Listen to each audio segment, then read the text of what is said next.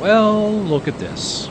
I came to Niagara Falls, Ontario, Canada for a nice view, and now I appear to be going over the falls. How did it come to this? Well, let's start at the beginning. Welcome to Brian 360 and welcome to Niagara Falls. Whoa, that went fast. Okay, we're going to go for a walk along the falls, stopping at some of the scenic points to take a nice 360 view of this world-famous landmark, which, oddly enough, thanks to erosion, is moving backwards at about a rate of 3 to 5 centimeters or 1 to 2 inches a year. This first stop shows where you can start your zipline adventure along Niagara Falls. I'm not going to get on a zip line, but thanks to my 3-meter selfie stick, I'm going to hold it over the edge to get as close a view to the zip line as I possibly can.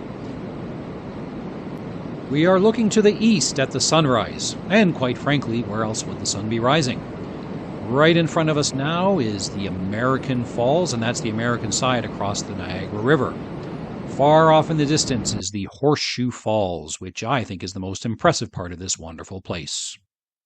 You might notice that it's not very busy at the falls today. I'm here on a Friday morning in May at about 7:15. My daughter was in a dance competition, so I woke up at 6:30, leaving my wife and daughter sleeping in the hotel so I could get a prime view of Niagara Falls. Off in the distance, above the trees, coming onto the left side now, is the Skylon Tower, where you will get an incredible view of Niagara Falls. I have a video of that on my channel if you'd like to check out that amazing view. Now, I mentioned a short time ago that we were looking at the American Falls, which wasn't a lie. However, there is also another falls called Bridal Veil Falls right beside the American Falls. You'll see a tiny gap separating the large American Falls on the left and the tiny Bridal Veil Falls on the right, straight ahead. Okay, time for some fun facts about Niagara Falls. Forgive me for being Captain Obvious, but there is a lot of water in Niagara Falls.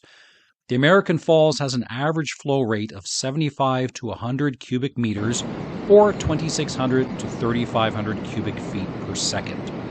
That, however, is dwarfed by the Horseshoe Falls at 2,400 to 2,800 cubic meters, or 84,800 to 99,000 cubic feet per second.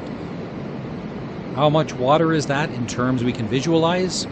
That's about 14,000 standard bathtubs full of water per second going over the Horseshoe Falls. That's a lot of water. The Horseshoe Falls accounts for about 90% of the water in Niagara Falls. Interestingly, this amount of water can vary due to diversion of the water to power the hydroelectric turbines. Now, as we were walking along here, there's a lot of mist, and you can see my lens is starting to get a little bit cloudy. We'll stop it here, focus on the falls for a little bit, and the return trip will be very impressive, so stick around. All right, we are back to this view. This is right at the edge of Horseshoe Falls, and maybe now is a good time to talk about people who have gone over the falls, some with a barrel and some without. The first known attempt of going over Horseshoe Falls in a barrel was made by a 63-year-old school teacher named Annie Edson Taylor, and she survived with only a small cut on her head. She had sent a cat over the falls in that barrel 2 days previously to test it out. Poor cat. That was in 1901. Only 16 people have survived this feat, which exclusively is over the Horseshoe Falls. Due to the large rocks at the base of the Bridal Veil and American Falls, any attempts would be almost certainly fatal. The most recent attempts were made by an individual, Kirk Jones, who in 2003 was the first person to survive the plunge without any protective device, surviving with minor injuries. He was arrested and fined afterward. In 2017, he attempted to go over in an inflatable ball with a video camera.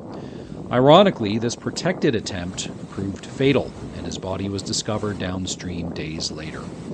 Sadly, many people go over the falls every year, either intentionally or unintentionally. Earlier, I talked about the flow rates and how much water goes over Niagara Falls. The actual flow rate is lower at night and during the winter, which is the off-season for tourism. Up to 75% of the river's flow can be diverted during these times.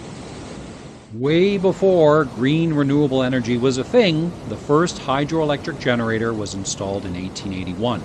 with 2 additions in 1886 and 1895 on the American side. Hydroelectric turbines were installed in Ontario in 1922 and 1954, with an expansion in the 2010s. In New York State, the previous power plants were replaced in 1961. These incredible marvels of engineering have been providing clean electricity on both sides of the border for decades. Now, while we're on the topic of history, let's talk about the War of 1812. Who doesn't love the War of 1812? Between Great Britain, or Upper Canada, and the United States. Further downriver from the falls is where the bloodiest battle of the war was fought, in the Battle of Lundy's Lane on July 25, 1814. Total casualties, that is, killed, wounded, and missing or captured soldiers, totaled approximately 1,700, split evenly between the British and American forces. The battle ended inconclusively with both sides claiming victory. The Americans withdrew to Fort Erie, and the British held this area, ending the American attempts to advance further into Upper Canada. For those of you who are visiting Canada and would like to visit the falls, it is about a 2-hour drive from Toronto. It is one of the most popular destinations for tourists in Ontario, with multiple tourist buses arriving daily along with hordes of other people coming to see this natural wonder. In the summer, it is absolutely packed and can be quite busy in the other seasons as well. Although I mentioned the water flow is reduced in winter, seeing the falls at this time is truly beautiful, especially when it is extremely cold and ice has formed along the falls. For those visiting Niagara Falls in the United States, Niagara Falls is a quick drive from Buffalo, New York. The Canadian side is considered better because you have a full view of the American and Bridal Falls, which you don't have on the American side. There are 3 bridges that are fully open to vehicular traffic in the area. There's the Rainbow Bridge, linking both sides of Niagara Falls, which, as a bonus, is also open to pedestrians, giving an amazing view over the Niagara River. The Peace Bridge runs between Fort Erie, Ontario, and Buffalo, New York. And finally, the Queenston-Lewiston Bridge, which is not so originally named, links Queenston, Ontario, and Lewiston, New York. Niagara Falls is a playground for tourists and visitors, home to many hotels, some overlooking the falls. There are many conferences, the aforementioned dance competition, hockey tournaments, cosplay events like Niagara Falls Comic-Con and Frightmare in the Falls, the latter for which I have videos on my channel, and concerts. I was lucky enough to see Judas Priest and Sabaton in Niagara Falls in the fall of 2024. What an amazing show. And I'll be heading to see comedian Joe Coy here this fall. If that's not enough, there's the weird, wacky, and entertaining street of Clifton Hill, with wax museums, amusement park rides, arcades, restaurants, and many other attractions. I have several other videos on my channel from Niagara Falls from 2 years ago, and I will be posting a new one in the near future.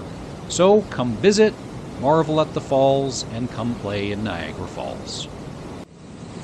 As I sign off, watch one of the cool tricks that you can do with the Insta360 camera. Thank you very much for watching. Please like, subscribe, share, sign up for notifications, and check out my many other videos, both of Niagara Falls and lots of other places around the world. Thank you very much, and take care.